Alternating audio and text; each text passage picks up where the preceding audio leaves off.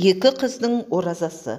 Пайғамбар бір күні сахабаларына ораза ұстауды бұйырып, артынша былай деп қатаң ескерту жасады.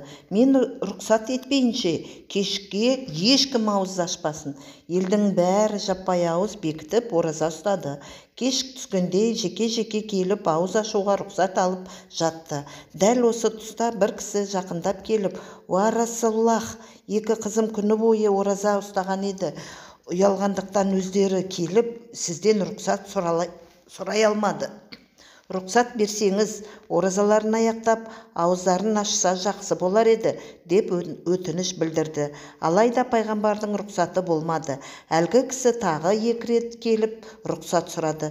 3-ші рет келгенде пайғамбарымыз: «Өкініштісі, олар бүгін ораза ұстаған жоқ, күні бойы кісі етін жеген, әркімнің сыртынан өсек айтып, ғайбаттаған адам қайтып ораза ұстасын.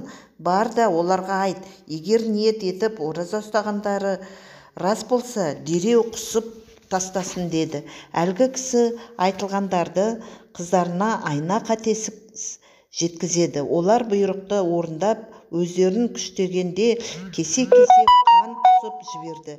Әлгі кісі келіп бұл жайды пайғамбарларымызға айтқанда ол: «Құдіретті күшті Аллах тағалаға ант етейін, егер олар әлгі ұйыған қанды құсып тастамағанда тозақта күйдіретін от асаған болар еді», деді.